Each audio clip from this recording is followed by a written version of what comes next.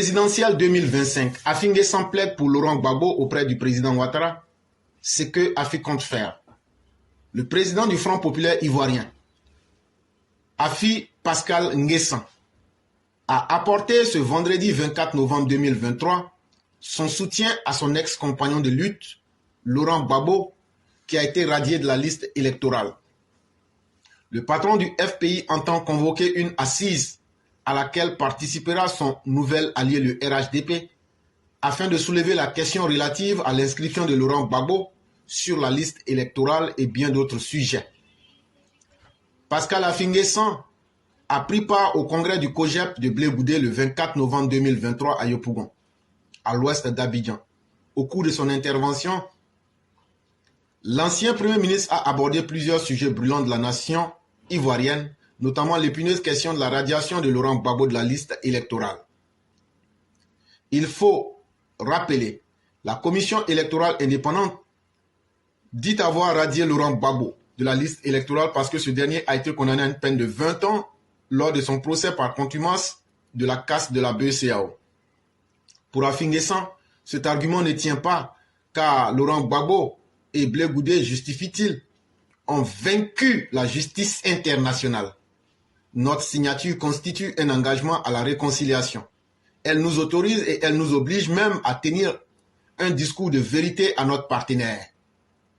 C'est bien pour jouer pleinement son rôle d'aiguillon de la réconciliation que le 2 mai 2023, le Front populaire ivoirien a signé un accord de partenariat avec le parti au pouvoir, le RHDP, qui a pour unique objet la réconciliation nationale, la cohésion sociale et la démocratie. La signature constitue également un engagement à la réconciliation. Elle nous autorise et nous oblige même à tenir un discours de vérité à notre partenaire, a déclaré Pascal Afi N'Guessan. De plus, il annonce qu'il va convaincre le président Alassane Ouattara et les autres cadres du RHDP pour qu'un séminaire, un atelier ou toute autre activité connexe soit organisé en faveur de la réconciliation nationale. Au FPI, nous nous réjouissons, comme vous, de la présence de Charles Blé Goudé parmi les siens. Mais nous savons que notre réconciliation ne sera pas achevée tant que Laurent Gbagbo et tant que Blé Goudé n'auront pas retrouvé la plénitude de leurs droits civiques et politiques. La justice internationale les a innocentés des crimes les plus graves qui existent en droit. Ils ont l'un et l'autre passé une décennie de leur vie en prison. Dans ce contexte, quel serait le sens de maintenir à leur encontre une condamnation de 20 ans pendant que l'on parle de tourner la page du passé? Au nom de la réconciliation, Laurent Gbagbo et Charles Blé Goudé doivent devenir des citoyens ivoiriens à part entière, a insisté Pascal Afi N'Guessan. Il faut signaler que si le nom de Laurent Gbagbo n'est pas inscrit sur la liste électorale, il ne pourra être électeur, encore moins candidat à l'élection présidentielle d'octobre 2025. Et donc, mesdames et messieurs, cette sortie d'Afi est très importante. Et il va falloir que je situe le contexte. Après, je vous explique et je vous donne maintenant ce que je pense. Hier, 24 novembre 2023, Blé Goudé a organisé une convention de son parti, le COJEP. Pascal Afi N'Guessan était invité là-bas. Pascal Afi N'Guessan est parti. Quand on lui a donné la parole, Pascal Afi N'Guessan dit que lui va dire la vérité à Alassane Ouattara. Chers parents, si moi, éclaireur pro-vérité, je me lève, je vois le père Zana Bamba qui est là. Je dis, je vais aller dire mes 4 vérités au père Zana Bamba. Ça veut dire quoi? Ça veut dire, le père Zana Bamba est dans le faux. Et comme il ne veut pas reconnaître qu'il est dans le faux là, moi, je vais prendre la responsabilité sur moi de le regarder dans les yeux et de lui dire, tu es dans le faux et il faut que tu arrêtes. Il dit, c'est la première chose. Il dit, pourquoi le RHDP et l'État ivoirien et la justice ivoirienne sont dans le faux? Ils sont simplement dans le faux parce que la CPI a jugé Laurent Gbagbo et puis Blé Goudé des crimes contre l'humanité et ils ont été libérés. Et donc, au nom de cette réalité-là, il n'y a pas un crime qui est plus grand que ce pourquoi ils ont été jugés. Donc là, même s'il a cassé la banque, la BCEAO là, ça ce n'est rien. Aujourd'hui là, on doit être capable d'effacer ce que la justice, les juges là, Leur papa et leur maman les ont mis à l'école, là, c'est zéro. Leur parole, là, ça ne doit pas compter. Parce que eux, les hommes politiques, là, eux, là, tous les crimes qu'ils veulent, ils peuvent se permettre de commettre. Et donc, il dit au président Ouattara, aujourd'hui, le droit que tu veux imposer dans les mentalités, parce que la valeur du droit, c'est quand ça frappe des plus grands aux plus petits. Mais aujourd'hui, eux, les plus grands, là, eux, la loi ne doit pas les frapper. Et c'est pourquoi lui va dire à Ouattara, il faut que les 20 ans de condamnation de Laurent Gbagbo, tu enlèves. Il faut que Laurent Gbagbo, malgré toutes les turpitudes, les iniquités, il faut qu'il soit candidat comme Blé Goudé. Parce que nous, au FPI, là, on s'est séparés, on s'est divisés pour atteindre un objectif. Et souvenez-vous, le 31 janvier 2023, je vous avais fait une vidéo ici où je vous avais dit exactement les mêmes choses. Pour ceux qui se souviendront, vous me permettrez, je vais mettre la vidéo, le lien YouTube que j'ai ici. Vous partez écouter. Vous me permettrez de mettre le lien avant de continuer.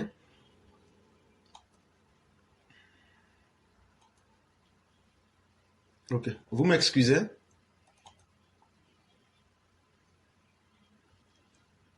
Partez écouter. Ok.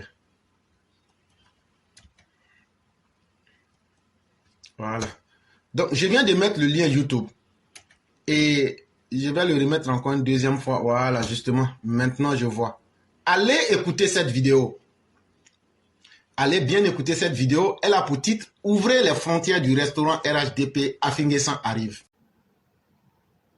Cela nous fait passer au sujet numéro 3, qui n'est pas un texte, qui est directement une analyse d'éclaireur pro-vérité sur l'approche que l'on constate aujourd'hui, selon laquelle le RHDP et Afinguessan seraient en rapprochement.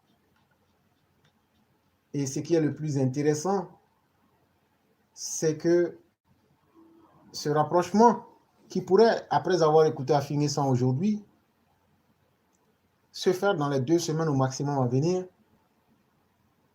nous prête à sourire et à nous demander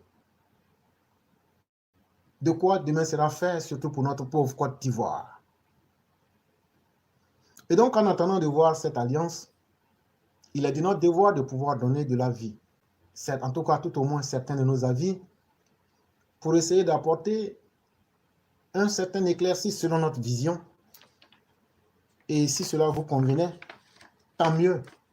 Mais le débat est toujours ouvert et la possibilité de pouvoir cogiter, de pouvoir spéculer est toujours ouverte. Et donc, Afinguessan, en tout cas pour ce qui a été dit, dans les quelques jours à venir, se retrouvera au sein du RHDP. Pour ceux qui sont des observateurs de la politique ivoirienne, cela ne pourrait absolument pas être un fait nouveau sous le soleil. M. Afinguessan nous rappelle aujourd'hui la posture des hommes politiques inconstants, des hommes politiques qui sont des saisonniers, comme Laurent Fologo, qui, disait-il, ne séchait son habit que sous le soleil.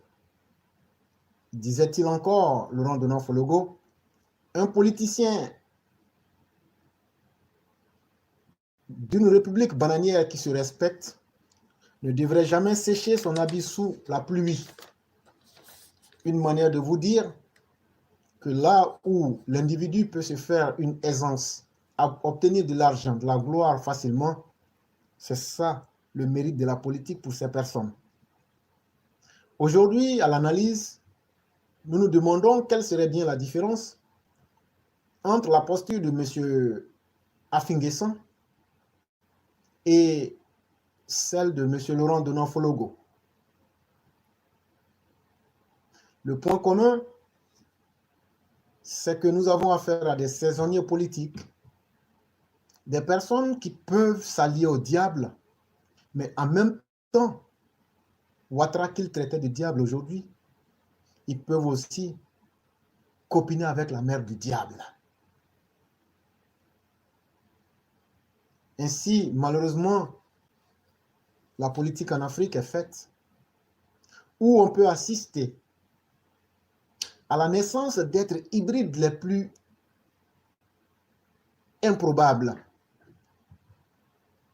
Et Afinguessan en est une illustration parfaite. Et donc, si cette alliance arrivait à se concrétiser, est-ce Afin N'Guessan qu'il faudrait accuser? Ou est-ce le RHDP, en tout cas ses stratèges et ses tacticiens qu'il faudrait accuser? Pour ma part, je crois que il faudrait plutôt accuser le RHDP, qui au lieu de traiter les vrais problèmes, les vraies problématiques de la Côte d'Ivoire, semble et est dans une posture de se couper progressivement, mais de façon résolue de la réalité, pour demain nous imposer le poids du réel et exposer à nouveau le pays à des incertitudes aussi graves qu'imminentes quand on connaît l'inconstance de ces politiciens. Afin N'Guessan ne s'est-il pas allié en tant qu'un individu adulte, en tant qu'une personne qui se dirait intellectuelle, en tant qu'une personne qui se dit homme politique, qui a pour premier rôle de faire le bonheur de son peuple, ne s'est-il pas allié aux djihadistes du CNT pour faire tuer des Ivoiriens? C'est ce même Afin N'Guessan qui aujourd'hui se retrouverait au sein du RHDP. Mais la question que nous pourrions nous poser est de savoir qu'est-ce qui a véritablement changé? Est-ce que Afin N'Guessan a changé? Est-ce qu'on peut s'allier à quelqu'un qui est instable, inconstant et espérer avoir de la sécurité? Est-ce que quelqu'un qui n'a pas de carrure, qui n'a pas de posture et qui s'allie à tout le monde, mais qui conserve son inconstance, peut être un allié qui ne va pas nous trahir? Voilà autant de questions que le RHDP devrait se poser. Ce que les observateurs devraient savoir, c'est que aujourd'hui, le RHDP est dans une posture où, avec le fait qu'il possède le pouvoir, le RHDP pense qu'il maîtrise tout le jeu et que, au bon moment, il saurait comment tirer les ficelles. Et voit l'opposition comme une bande de personnes qui avancent dans une stratégie sans tactique. En tout cas, c'est comme ça que le RHDP voit l'opposition ivoirienne. Dans tout ce que vous voyez, les stratèges du RHDP se disent, nous sommes en train de les diviser, de les affaiblir, et chacun va aller dans sa chapelle. Et donc, ils vont évoluer sans tactique. Mais sachez, si je me base pour essayer d'étayer ma réflexion sur une stratégie de Sun Tzu dans l'art de la guerre, Sun Tzu nous dit comme ça que la stratégie sans tactique est le chemin le plus long, mais le plus sûr pour aller vers la victoire. Je m'explique. Aujourd'hui, le RHDP pense que les opposants sont dans un brouillard où chacun est dispersé et qu'aujourd'hui, lui, le RHDP peut tirer les ficelles comme il le veut pour faire danser les opposants au son de son tambour. Et donc, le RHDP se met dans une posture d'autosatisfaction. Très bonne chose. Et conçoit que l'opposition aujourd'hui est complètement en lambeaux et sans stratégie. Mais ce que j'aimerais dire au RHDP et à ses stratèges, c'est que c'est une vue d'esprit. L'opposition que vous voyez, que vous considérez comme désorganisée, que vous considérez comme sans tactique, sachez qu'elle est dans une stratégie de vous envahir de l'extérieur, mais aussi de l'intérieur. Ça ne sera pas seulement un phagocytage, mais ça sera une double attaque. Et donc, des gens comme les AFI, des gens comme bien d'autres que vous voyez en grande masse, en grande quantité venir dire qu'ils sont revenus au RHDP, et on pense qu'ils n'ont pas de stratégie. Pourtant, leur stratégie est simple. Eux viennent, ils rentrent à l'intérieur, ils donnent les renseignements à ceux qui sont à l'extérieur, et donc on fait le combat sur deux fronts. On combattra donc le RHDP en lui donnant l'impression que le RHDP n'est pas la cible, mais en réalité, comme on le dit, la plus grande tactique de la guerre, c'est surtout le leurre. Il faut donner l'impression à l'ennemi que l'objectif que l'on vise n'est véritablement pas ce qui nous intéresse. Et malheureusement pour moi, selon ce que je pense, le RHDP est en train progressivement de tomber dans ce piège-là. Parce qu'à la réalité, la stratégie du RHDP est basée sur une tactique sans stratégie. Donc c'est du bruit avant la défaite. Le RHDP est dans une tactique sans stratégie parce que le RHDP aujourd'hui est en train de négliger ses militants, est en train même de donner plus de poids aux opposants, aux arrivistes, aux saisonniers politiques, au détriment de ses propres militants. Et le bruit que font, sinon les bruits que font ces militants, ne semblent pas du tout intéresser le RHDP. Quand on regarde les mauvais choix et la posture dictatoriale, tyrannique, despotique du directoire du RHDP, qui impose des candidats sur la base du népotisme, qui impose des candidats sur la base de leur intérêt d'amitié, qui impose des candidats sur la base de leurs affinités, mais sans tenir compte de l'avis des militants. J'ai dit que ce parti-là est en train de faire une tactique sans stratégie. Et c'est ce qui lui sera le plus fatal. Parce qu'au même moment où l'opposition qu'elle considère comme étant dans une stratégie sans tactique, c'est cette opposition-là qui va l'agresser de l'intérieur avec les infiltrés qu'on appelle aujourd'hui ceux qui viennent s'allier, et en même temps être attaqué de l'extérieur par les opposants, le PPACI et autres, et le PDCI, ceux qui seront restés, et en même temps, le RHDP, au moment voulu, en temps opportun, ne trouvera pas de base militante pour lui donner la force qu'il faut. Et ça, il faut en tenir compte. Et aujourd'hui, ceux qui se considèrent comme les tacticiens du RHDP, comme je l'ai bien dit, sont carrément en train de faire le bruit avant la défaite.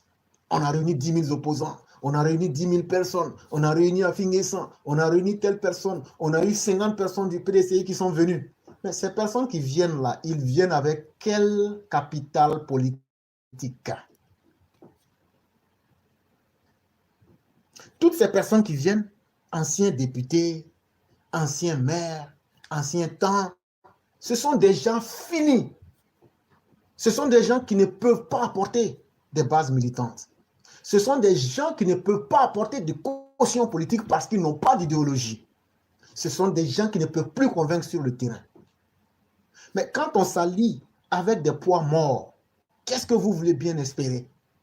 Quand, dans votre naufrage, en plein océan, vous êtes obligé de vous accrocher à une branche sèche, est-ce qu'en réalité, vous pouvez compter là-dessus?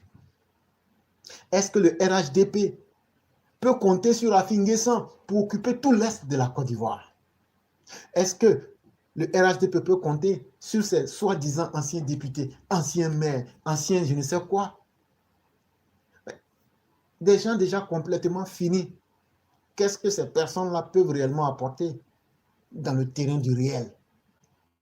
Voilà autant de questions que nous autres, nous nous posons. Nous ne disons pas que nous avons la science infuse ou que nous connaissons tout, mais nous disons que la meilleure stratégie serait le réalisme. Et il serait profitable au RHDP d'utiliser ses capacités qu'il utilise en ce moment pour essayer de galvaniser ses bases militantes, pour essayer de se battre, pour essayer de reconquérir et de parler le même langage que ses militants. Parce qu'à la réalité,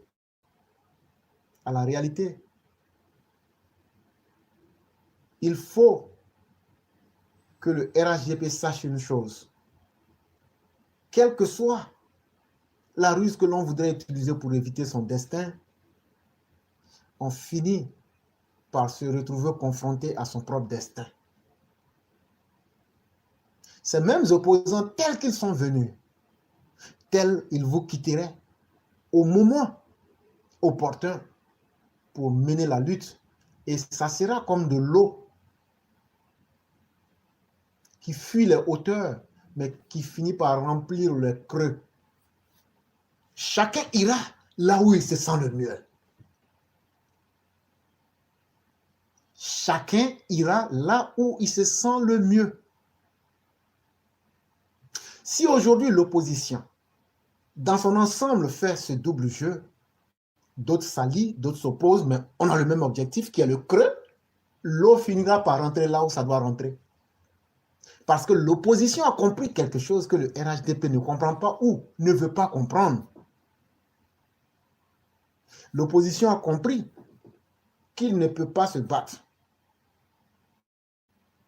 et que ce n'est pas le moment de se battre. Et donc, il faut se fondre. Il faut se fondre dans l'environnement et attendre le bon moment. Et donc, ça veut dire qu'en réalité, comme disait Sun Tzu, les guerriers victorieux gagnent toujours d'abord et vont à la guerre ensuite, alors que les vaincus sont ceux qui vont à la guerre d'abord et cherchent ensuite à vaincre. Les opposants qu'on pense aujourd'hui avoir été vaincus là, ils sont en train de donner cette posture pour donner l'impression au RHDP qui eux-mêmes les sont vaincus pour que le RHDP puisse multiplier les erreurs. Mais est-ce que le RHDP le comprend ainsi? En réalité, les opposants ont mieux compris le RHDP et savent eux-mêmes ce qu'ils valent. Donc, ils n'ont pas à craindre les résultats d'une quelconque bataille. Ça veut dire quoi? Ça veut dire sur le terrain de la confrontation, il faut connaître ton ennemi, mais il faut toi-même te connaître. Et quand tu connais ces deux facteurs-là, tu ne crains pas l'issue d'une bataille. Et donc, très méthodiquement, l'opposition est en train de s'imposer. Mais le RHDP minimise les faits et pense que la providence divine sera toujours de son côté. Mais la vie ne fonctionne pas comme ça. Il faut avoir le courage d'affronter les vrais problèmes au bon moment. Et au moment où le RHDP se rendra compte, non seulement la quantité des ennemis de l'intérieur seront énormes, parce qu'il ne faut pas aussi oublier ceux même au sein du RHDP qui jouent sur les deux fronts, sans oublier les nouveaux arrivants qui seront des ennemis en interne, et sans oublier les ennemis externes, c'est-à-dire le PDCI, le PPACI et autres,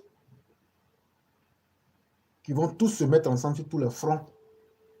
Cela finit, comme je le disais, à nous remettre dans l'équation que le RDR, RHDP sera face, seul à son destin, fera face. Il n'y a pas d'autre alternative. Et donc, pourquoi se mentir à soi-même? Pourquoi ne pas accepter de se connaître soi-même? Et pourquoi ne pas être capable d'accepter ce que nous sommes? Malheureusement, la folie du pouvoir peut faire perdre la tête et le sens même de la réalité à des esprits faibles. Lorsque, dans un pouvoir, les esprits faibles deviennent majoritaires sur les esprits éclairés, malheureusement, de telles erreurs peuvent advenir et les gens joueraient à les étonner. Mais pourquoi c'est arrivé? C'est arrivé simplement parce que vous n'aviez pas voulu vous connaître vous-même. On pense que c'est les opposants qui sont dans le vent. Mais aujourd'hui, ils maîtrisent. Et ils vous le disent. C'est Alassane Ouattara qui a votre force. L'opposition aussi commence à vous connaître. Et sur Alassane Ouattara, pour l'avoir, il faut se rapprocher de lui. Donc il faut rentrer, il faut se mélanger à eux. Et on va mieux les connaître. Et on va les combattre.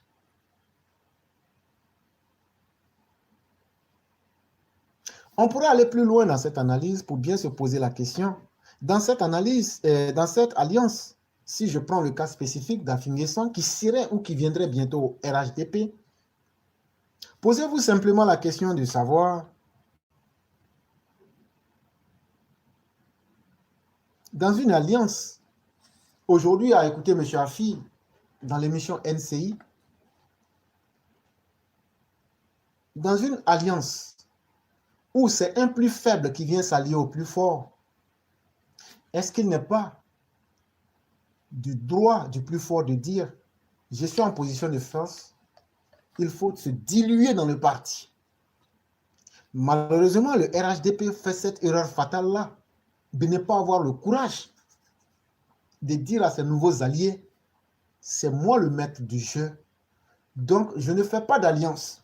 Si vous êtes d'accord avec nous, vous vous diluez à l'intérieur du RHDP. » Et donc, dans la tête d'Afi, en tout cas, pour l'avoir écouté, lui ne voit pas les choses comme de la manière que le RHDP voit.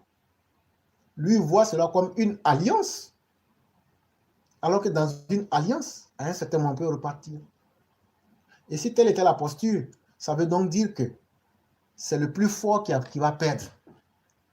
Parce qu'ils vont venir, ils vont mieux connaître le RHDP de l'intérieur, ils vont s'enrichir encore, et ça va leur permettre d'avoir une capacité de nuisance. Et ça, il ne faut pas l'oublier. Et mesdames et messieurs, nous allons nous arrêter là pour poser la question suivante au RHDP. À qui profite réellement un marché de dupes?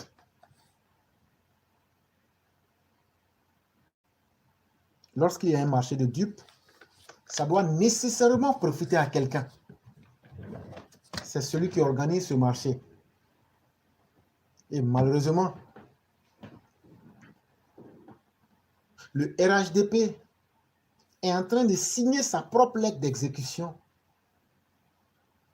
en pensant qu'ils sont dans la stratégie politique, en pensant que les mots doux que l'opposition donne aujourd'hui, c'est simplement parce que cette opposition a compris que dans le terrain de la violence, qui était dans son pédigré, et que le RHDP a pu détecter, même sur ce terrain de la violence, aujourd'hui, le parti les maîtrise sur cette stratégie-là. Et donc, il faut forcément changer de tactique en évaluant l'ennemi. Et donc, nous attendons bien de voir la suite. En tout cas, moi, éclaireur pro-vérité, les avis que je donne ne m'engagent que moi-même personnellement. Cette alliance-là est une alliance contre nature, est une alliance pour simplement berner les Ivoiriens, mais c'est une alliance qui profiterait plus au FPI d'Afin-Guessan, qui aujourd'hui est en manque de capacité d'exister. Aujourd'hui, le FPI, Afin-Guessan, tel qu'il est seul, a besoin aujourd'hui d'un allié fort pour s'assurer une survie politique. Et donc, dans le marché des dupes, c'est ici le plus faible qui gagne sur le plus fort. Parce que si nous considérons déjà, même le simple fait d'être au pouvoir rend le RHDP plus fort. Mais ce FPI qui vient là, lui vient avec quelle capacité? Pas grand-chose, sinon pour ne dire rien. Qu'est-ce qu'il peut apporter pour rendre le parti plus fort? Rien. Et donc, qu'est-ce qu'il aura perdu? Rien. Mais qu'est-ce qu'il gagne, le FPI? Il gagne tout. Il gagne tout. Il gagne sa survie. Il gagne en crédibilité. Mais surtout, il gagne en termes de s'être rapproché de son ennemi pour pouvoir le vaincre davantage. Et donc, nous attendons de voir la suite. Nous ne sommes pas des dieux. Nous ne sommes pas des divins. Nous ne faisons que des spéculations politiques pour dire le peu que nous savons. Et nous espérons le mieux pour la Côte d'Ivoire. Mais je dis aux Ivoiriens, ouvrez les yeux et prenez le chemin de comprendre la réalité et le fonctionnement de nos politiques, de nos hommes politiques africains, et méfiez-vous-en. Et ne donnez surtout pas, et absolument pas, votre vie à un politicien. Sinon, le reste du monde se ferait sans vous. Et Afin-Guessan l'a très bien dit. Dans son émission, quand le journaliste lui a demandé son incohérence lorsqu'il était dans le CNT et aujourd'hui il veut prôner sur des valeurs de notre société. Afinguessan a dit simplement, ceux qui sont morts, je paraphrase ce qu'il dit, il a même rejeté la faute au RHDP. Il dit les autres d'en face ont imposé la violence, sinon le CNT, sous le modèle de Gandhi et autres, ce n'est pas fait pour faire dans la violence. Donc ça veut dire que il y a eu plus de morts du côté RHDP que de l'opposition. Afinguessan dit que ces personnes-là se sont suicidées. Parce que eux, quand ils ont fait leur CNT, ce n'est pas eux qui ont tué. Donc c'est encore le RHDP qui a tué. Ou bien ce sont les militants du RHDP qui se sont suicidés. C'est avec un tel individu qui n'a même pas le courage de reconnaître qu'il a fait du mal à la République. C'est avec un tel individu que le RHDP rentre en alliance politique. Il a aussi dit que, à force de copiner ou de dessiner le diable sur sa porte, on finit par avoir le diable en face de nous. Et le RHDP, à force de jouer avec les anti-modèles, finira en pensant qu'il pourra transformer les anti-modèles. Mais ça sera les anti-modèles. Ce seront, les anti-modèles qui vont plutôt transformer le RHDP, qui va être une bombe à retardement.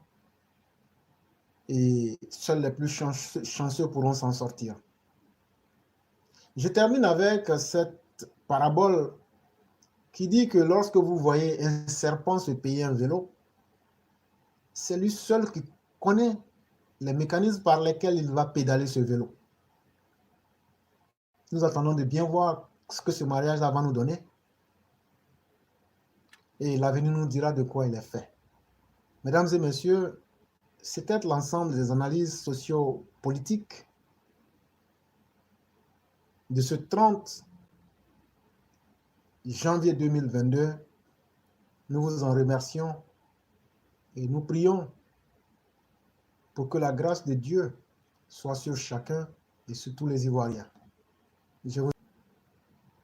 J'avais expliqué que tout ça, ça allait venir. J'avais expliqué, si vous partez reprendre cette vidéo, que vous la réécoutez et que vous venez nous écouter, cette vidéo que j'ai eu à faire avec toutes les réflexions que j'ai eu à dire, exactement lettre pour lettre. Aujourd'hui, vous retrouvez les mêmes choses en train de se passer. Et ce qui va se passer en 2024-2025. Et donc, voyez-vous, je l'avais déjà dit, que le FPI Afinguessan, le COGEP, le MGC, GPS, tout, en réalité, c'est une perte de temps. L'ennemi a compris qu'il ne peut pas affronter Alassane Ouattara frontalement. Et qu'est-ce qu'il faut faire? Il faut se comporter comme l'eau. L'eau, c'est une force de la nature qui se laisse guider.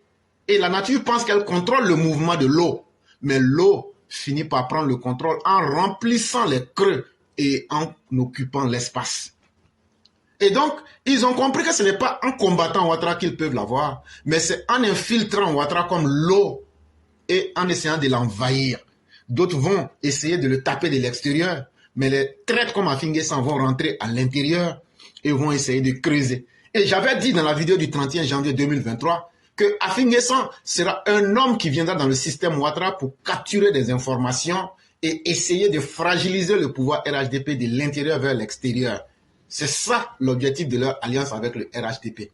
Et en ce 24 novembre 2023, Afinguessan vient vous dire clairement ce que nous avons dit. Il dit donc qu'il va créer une convention pour dire la vérité à Ouattara. Hey, écoutez, Laurent Gbagbo n'est pas criminel, c'est vous les criminels. Vous les gens du RHDP, à commencer par Alassane Ouattara. 2. Quels que soient les crimes que Laurent Gbagbo a commis, il n'y a aucun homme de droit qui peut condamner Laurent Gbagbo parce qu'à la fin de la journée, il est Laurent Gbagbo. Et donc, on va vous ramener, malgré que vous avez fermé votre boutique de la réconciliation, le ministère de la réconciliation. Moi, Laurent Gbagbo, en complicité avec Blé Goudé et en complicité avec tous les autres, mais pour atteindre notre objectif, on va encore vous ramener cette histoire de réconciliation et essayer encore de vous embrouiller pour atteindre nos objectifs parce qu'on ne va jamais laisser. Et donc, concernant la réconciliation, j'aimerais demander à Afinguessan, est-ce que toi-même, là, et puis Laurent Gbagbo, là, vous êtes réconciliés? Toi, à Finguessan là, aujourd'hui là, nous sommes le 25 novembre 2023. Est-ce que toi et puis Laurent Gbagbo là, vous êtes réconciliés? Toi et puis Laurent Gbagbo, tout le monde sait ce que sont que vos rapports. Toi et Laurent Gbagbo, c'est comme chien et chat. Mais tu laisses ça, c'est toi qui vas plaider le cas de Laurent Gbagbo. Et maintenant, c'est toi qui vas réconcilier Laurent Gbagbo avec Ouattara et Laurent Gbagbo avec la nation. En froissant le droit, en froissant la logique.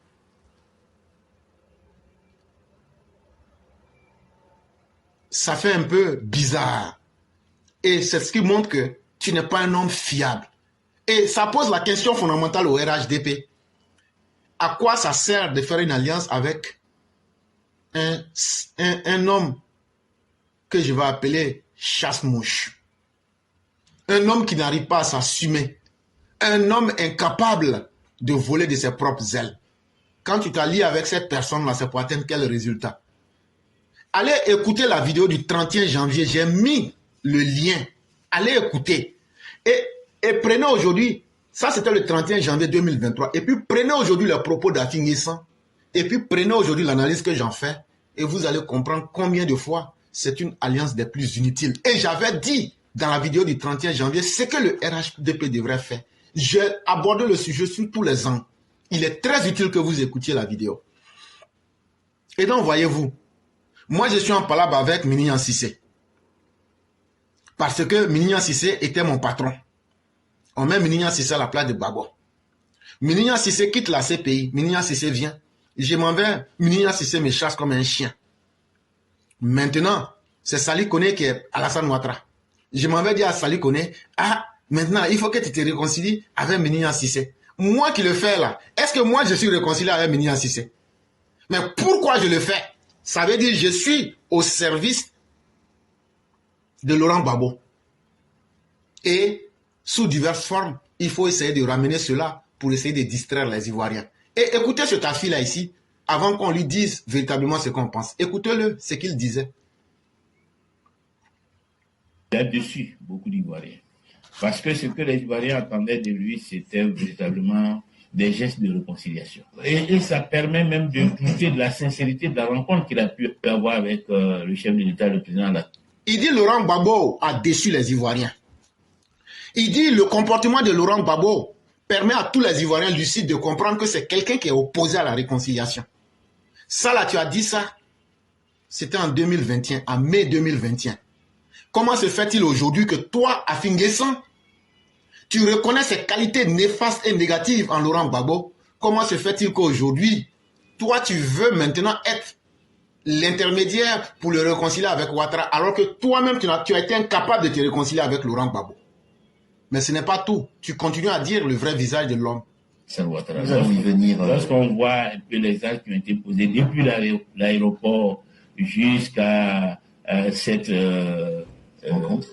décision de divorce, la rupture avec les évangéliques, la rupture avec le Front populaire ivoirien, on a le sentiment que le président Gbagbo est venu véritablement avec beaucoup de rancœur et qu'il est dans une logique de règlement de compte. Ok. Donc toi-même tu dis que après tout ce décor que tu viens de planter là, il est dans le règlement de compte avec tout le monde. Mais comment se fait-il que bizarrement aujourd'hui, toi tu veux qu'il se réconcilie avec Ouattara pour que vous puissiez vous mettre ensemble pour régler vos comptes avec Ouattara? Parce que si tu t'allies aujourd'hui pour parler au nom de quelqu'un qui est un régleur de comptes, ça veut dire que toi-même en tant qu'un homme faible qui ne s'assume pas, en réalité tu es avec Ouattara, mais tu cherches les voies et moyens pour permettre à Laurent Gbagbo de régler les comptes de Ouattara. C'est ce que ça veut dire. Il n'a pas su trouver, il n'a pas su poser les actes attendus par les Ivoiriens, il n'a pas su poser les actes attendus par les militants du Front populaire ivoirien, et on ne sait pas où il va. Et donc, comment peut-on se réconcilier avec quelqu'un qui ne sait pas où il va? Il va falloir que tu nous répondes à ça. Et toi-même, Afinguessan, tu es très incohérent, très illogique, très déraisonné, parce que tu essaies d'adapter ton discours. Peut-être c'est par faiblesse que tu l'as fait pour essayer d'impressionner les gens qui étaient en face de toi, au COGEP. Mais tu as toujours été un homme faible, un homme qui ne s'assume pas. Et donc tes propres propos te rattrapent et te disent, Laurent Gbagbo ne sait pas où il va. C'est pourquoi lui s'amuse avec la justice. C'est pourquoi il a pris son pouvoir pour s'amuser. Mais Ouattara, là, lui, il sait où il va. La condamnation, là, on ne va pas lever. Ça, il faut qu'on te dise ça. Si c'est pourquoi tu es en train de faire le travail de Laurent Gbagbo aujourd'hui pour Amadou Ouattara, là, même si vous faites 1000 conventions, la loi, les 20 ans, on ne va pas enlever. Parce que vous le dites bien, que si la condamnation n'est pas enlevée, que Laurent Gbagbo ne pourra pas être candidat ni électeur en 2025. Donc, ça contredit Laurent Gbagbo, ce que vous avez dit que Laurent Gbagbo dit qu'il n'est pas candidat. Ça veut donc dire que Laurent Gbagbo veut blaguer Alassane Ouattara et les Ivoiriens, et puis en 2025 se présenter. Et donc là, on ne joue pas pour marquer contre son propre camp. Alassane Ouattara va jamais enlever ça, parce que c'est pas Alassane Ouattara qui a dit à Laurent Gbagbo d'aller casser la BCEAO. Et donc là, la loi qui a été mise là, si c'est un faux procès, avec un faux résultat, c'est là qu'il faut le prouver. Et Laurent Gbagbo dit dans une de ses vidéos que lui, il s'en fout de la condamnation. Lui, il est trop garçon. Lui, il s'en fout de ce que la justice ivoirienne a dit. Mais c'est là aussi que la justice ivoirienne va lui montrer aussi qu'on s'en fout de lui, Laurent Gbagbo. Et donc, la rébellion qu'il va aller créer là, il n'a qu'à aller créer, il va venir avec ça. Mais il n'y a pas quelqu'un qui va venir frustrer les juges et les magistrats de Côte d'Ivoire. Ça, il faut qu'on vous dise ça très bien. Je veux penser qu'il ne faisait plus partie de son schéma politique, mais parce que j'avais atteint un niveau qu'il considérait comme un niveau concurrent. Et qu'il le considérait comme une menace je dirais, à son leadership, au fait qu'il veut être le seul qui brille au sein de notre grande famille politique. Et toi-même là, au lieu de... Pourquoi toi-même tu ne veux pas briller? Quelqu'un qui veut briller plus que toi à Finguessan là, toi-même là, tu es aussi un homme politique là, il faut chercher à briller. Il ne faut pas parler au nom de Laurent Gbagbo, il faut t'assumer. Quand quelqu'un ne peut pas parler pour lui-même et s'assumer, on appelle ça simplement la lâcheté. Et que toutes les autres têtes doivent être coupées. Tête coupée, ça veut quelqu'un qui coupe les têtes. Que toi, tu veux que Ouattara n'a qu'à se réconcilier et puis demain, on va couper la tête de Ouattara. Jamais de la vie. Tant que des militants comme moi seront là, même si les gens ne nous écoutent pas, et je vous ai toujours dit, ce que nous vous disons là, quelle que soit la durée là, vous allez voir les faits. Et vous allez voir ce qu'on est en train de vous dire. Parce que beaucoup sont là, beaucoup réfléchissent avec leur cœur. Alors qu'en politique, il faut d'abord être froid et réfléchir et anticiper. C'est pourquoi je peux vous prendre une de mes vidéos du 31 janvier 2022 et vous dire aujourd'hui, ce 25 novembre, prenez et puis comparez les deux. Vous allez voir que de tout ce temps, on a été en avance et aujourd'hui, les faits rattrapent les uns et les autres. Et donc, cette réconciliation, en fonction des intérêts des opposants et surtout de Laurent Gbagbo, de Charles Blé Goudé, elle ne passera pas. Parce que qu'est-ce que depuis que vous vous êtes réconciliés ou depuis que vous criez réconciliation là, nous, les militants qui avons été tués en 2020, est-ce que dans votre réconciliation, vous avez un jour le courage de dire il faut qu'on juge ceux qui ont fait le CNT? Est-ce que vous avez le courage de dire un jour, il faut qu'on vienne à savoir qui a véritablement de faire le bilan de la gestion de Laurent Gbagbo? Si on aborde ces vraies questions, parce qu'une vraie réconciliation, on aborde toutes les vraies questions, faisons l'audit de la gestion de Laurent Gbagbo. Est-ce que vous êtes prêts à accepter les décisions de justice? C'est ça aussi la réconciliation. Accepter que Laurent Gbagbo a cassé la BCEAO et qu'il est condamné pour 20 ans, reconnaissez les faits. Tant que Laurent Gbagbo ne reconnaît pas les faits, la justice ivoirienne et l'État actuel n'a aucun devoir de lever les sanctions qui pèsent sur lui. Aujourd'hui, on est arrivé à un point là où il faudrait, comme vous dites qu'ils n'ont rien fait, ça veut dire que s'ils n'ont rien fait, si Ouattara vient les blanchir là, c'est que c'est Ouattara qui a tout fait. Et donc là, ça, on n'a même pas besoin d'aller à l'école pour cela. Et tant que vous allez rester dans cette posture-là, votre réconciliation-là, à sens unique, pour vous blanchir, vous voulez que Ouattara vous blanchisse pour que lui-même il se noircisse là. Ça, ce temps-là est révolu. Ça ne passera plus. Tout le monde doit se soumettre pour qu'il émette tout seul. Et je crois que c'est cela, la dérive autocratique. Ah, donc tu reconnais que Laurent Gbagbo était un autocrate, un tyran, un despote, un dictateur. Tu le reconnais. Et tu veux que Ouattara, le démocrate, centriste, puisse se mettre avec lui. Jamais de la vie. Et Ouattara n'a qu'à violer les lois. Et demain, vous allez dire, mais il n'y a personne qui a obligé Ouattara à enlever les sanctions sur Laurent Gbagbo. De la même manière que vous êtes en train de dire, Laurent Gbagbo a échappé une extrémiste à la justice. Vous ne dites pas la vérité aux gens. Mais vous salissez pour dire que si Laurent Gbagbo et Blé Goudé étaient blanchis, c'est que c'est Ouattara qui est le criminel qui a tué les gens. C'est de cette même manière, vous voulez que Ouattara vous blanchisse. Là, comme ça, vous allez dire, mais on allait devant le monde entier. Le monde entier nous a blanchis. On est venu en Côte d'Ivoire. Ouattara même nous a blanchis. Donc, c'est qui le criminel? C'est Ouattara lui-même. On ne va pas vous donner cette occasion-là. Voilà, ça, il faut que vous en soyez certain.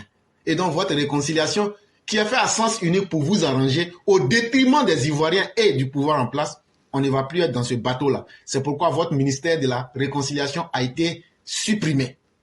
Le culte de la personnalité. Et je crois que c'est tout cela qui fonde véritablement l'inimitié qu'il entretient à l'heure actuelle avec moi. Donc, toi et puis lui, vous ne vous entendez. Inimitié, ça veut dire l'opposition, ça veut dire le différent, ça veut dire palabre entre vous. Toi et puis Laurent Gbagbo, vous êtes en palabre. Qui t'a dit d'aller chercher à réconcilier Laurent Gbagbo et puis Ouattara? Toi, tu es en palabre avec Laurent Gbagbo. Et bizarrement, tu trouves l'occasion de dire, si on nous dit la vérité, c'est toi-même qui t'envoie ou même c'est Laurent Gbagbo qui t'envoie. Il faut pouvoir nous justifier ça. Mais c'est une attitude assez malsaine, une attitude assez hypocrite. Mais nous comprenons. Parce qu'en Côte d'Ivoire, c'est que les gens ne comprennent pas. Si tu n'es pas ivoirien, tu ne peux pas facilement comprendre la politique ivoirienne. Quand tu écoutes les hommes politiques, tout le monde semble dire ce qui est vrai et beau. Mais ce n'est pas là qu'il faut se laisser distraire. Il faut connaître chaque homme politique ivoirien, ce qu'il dit, ce qu'il a dans son subconscient et son passé. Quand tu connais ces trois facteurs-là, même si la personne vient te dire qu'aujourd'hui je suis devenu un religieux, tu lui dis on a compris et puis tu passes, tu sais que ce n'est pas vrai. Parce qu'on a vu Laurent Gbagbo changer de religion comme des culottes ici. Mais l'objectif était simplement de tromper le monde entier. Et donc, si tu écoutes les politiciens ivoiriens, sans connaître leur passé, sans connaître ce qu'ils cachent dans leur tête, et puis tu t'en tiens aux mots qu'ils disent là, tu seras leur première victime. Et donc là, on vous connaît maintenant. Il n'y a pas quelqu'un qui va tromper son ami. Ça, retenez ça. Lorsqu'on perd le pouvoir, c'est parce qu'on n'a pas été à la hauteur du défi qui était posé. Donc, pourquoi toi, tu veux que Ouattara n'a qu'à maintenant se réconcilier avec quelqu'un qui n'a pas été à la hauteur des défis qui ont été posés? Quelqu'un d'incapable. Quelqu'un que toi-même, là, il y a quel intérêt à se lier d'amitié ou même à se réconcilier avec un incapable comme Laurent Gbagbo? Il va falloir que tu répondes aussi à cette question. Ce n'est pas une fatalité. Notre intelligence, notre vision tactique, nous n'avons pas pu trouver la bonne posture, les bons actes, parce que certains réclament la libération des prisonniers, mais n'adoptent pas la posture qui peut... Donc c'est justement ce que je suis en train de te dire. Comment se fait-il que toi, en 2023, tu viennes te mettre dans cette même posture pour défendre ces personnes à Finguessan? Voyez-vous, c'est une question de logique simple là. Et c'est ce que je suis en train de vous dire. Pour que ces personnes-là puissent bénéficier des droits, il faut qu'elles reconnaissent au moins leurs crimes. Il faut qu'elles reconnaissent que leur gestion a été calamiteuse, comme vous venez de le dire. Et on ne va pas passer tout ça de perte à profit. Parce que si M. Ouattara se réconcilie avec ces personnes, c'est comme s'il se réconciliait avec la médiocrité et qu'il devenait quelqu'un aujourd'hui qui validait même ces principes de la honte. Et c'est pourquoi nous vous disons que ce langage-là, il est terminé. Ce temps, il est révolu. On s'en fout de votre réconciliation. Parce qu'il n'y a aucun militant du RHDP. Il n'y a aucun Ivoirien sérieux qui peut dire, depuis qu'ils ont parlé de leur réconciliation, ils ont évoqué le cas de nos enfants qui ont été tués. Il n'y a aucun Ivoirien qui peut te dire, depuis qu'ils ont fait leur réconciliation, ils vont prendre des mallettes d'argent. Ils n'ont jamais évoqué la situation des Ivoiriens. C'est toujours vous les opposants. Ce qui vous arrange, c'est de cela que vous parlez. Et donc, et les Ivoiriens. Et donc, à un certain moment, il était temps qu'on ferme boutique. Et le langage de la médiocrité et le langage de l'hypocrisie ne saurait prospérer. Encourager à la libération des prisonniers. Il faut être cohérent. Vous ne pouvez pas vouloir demander la libération dans le cadre des négociations et en même temps rester dans une posture de belligérance. Bon, c'est ce que toi-même là tu es en train de faire. Qu'est-ce qui a changé chez Blé Goudé? Qu'est-ce qui a changé chez Laurent Gbagbo? La seule chose qui a changé chez eux, c'est qu'aujourd'hui la Ouattara les a maîtrisés et eux-mêmes sont convaincus que le garçon qui les a attrapés par les couilles là s'appelle Alassane Ouattara. La situation les dépasse. Ils font semblant d'être des agneaux. Ils font semblant de se cacher. Mais Blé Goudé disait, dans ce même congrès-là, que c'est l'enfant, la maman du téméraire là, c'est celui qui joue le courageux là. Lui là, il va mourir. Et c'est la maman du lâche qui va faire funérailles du téméraire. On a entendu. C'est de Soro Guillaume il parlait. Soro Guillaume qui joue aujourd'hui le maudit là. Il dit qu'ils attendent que Ouattara n'a qu'à tuer Sorogium. Après, vous tous là, vous allez vous mettre ensemble maintenant pour tuer maintenant Ouattara. C'est ça, il voulait nous dire. Vous pensez qu'on ne vous suit pas? On vous suit très bien.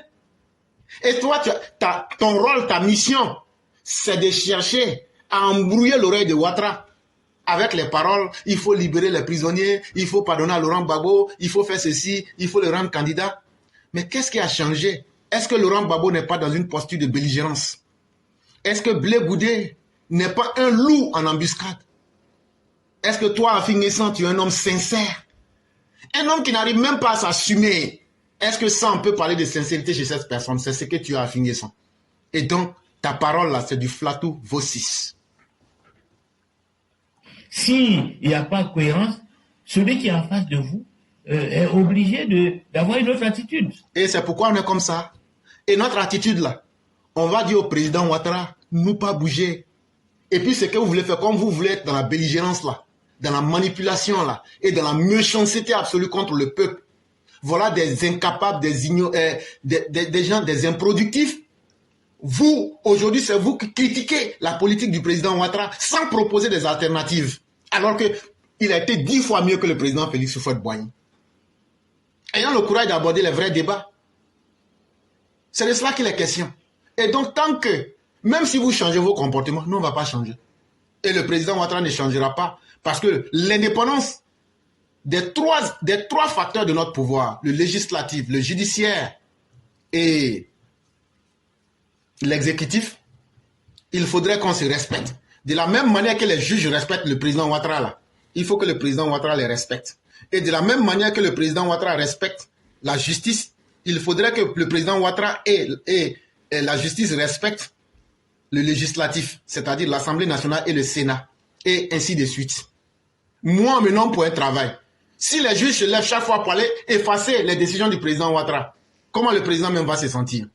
Mais chaque fois, on casse le cou à la justice.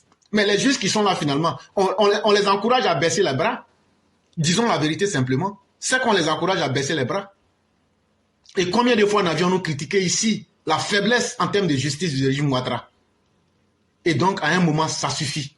Ce que vous voulez faire là, les couteaux que vous avez entre vos dents là, venez. Nous, on est prêts à vous affronter. Je vous ai dit, écoutez bien la vidéo du 31 janvier 2023. Vous allez comprendre beaucoup de choses. Et ça va ouvrir vos esprits jusqu'en 2025. J'avais déjà tout dit. Ce qu'on devrait faire, ce qu'on devrait éviter. Et pourquoi? J'avais tout expliqué dedans. Et donc, nous autres, ça ne nous surprend pas. Mais on vient encore. Parce que les gens sont dans l'émotion et sont là, ce qu'ils ne voient pas, ils ne croient pas. Mais c'est quand ça arrive maintenant, ils disent, ah, on ne savait pas. En 2025, ça sera le président Ouattara, le RHDP, RDR contre tous. Et ça, c'est maintenant qu'il faut préparer à casser cette dynamique-là.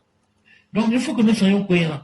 Voilà. Si nous soyez cohérents, ça vaut la peine. Nous voulons de la paix, que nous nous inscrivons totalement dans une logique de paix. Ok. Comme toi-même, tu sais ça, donc on peut évoluer.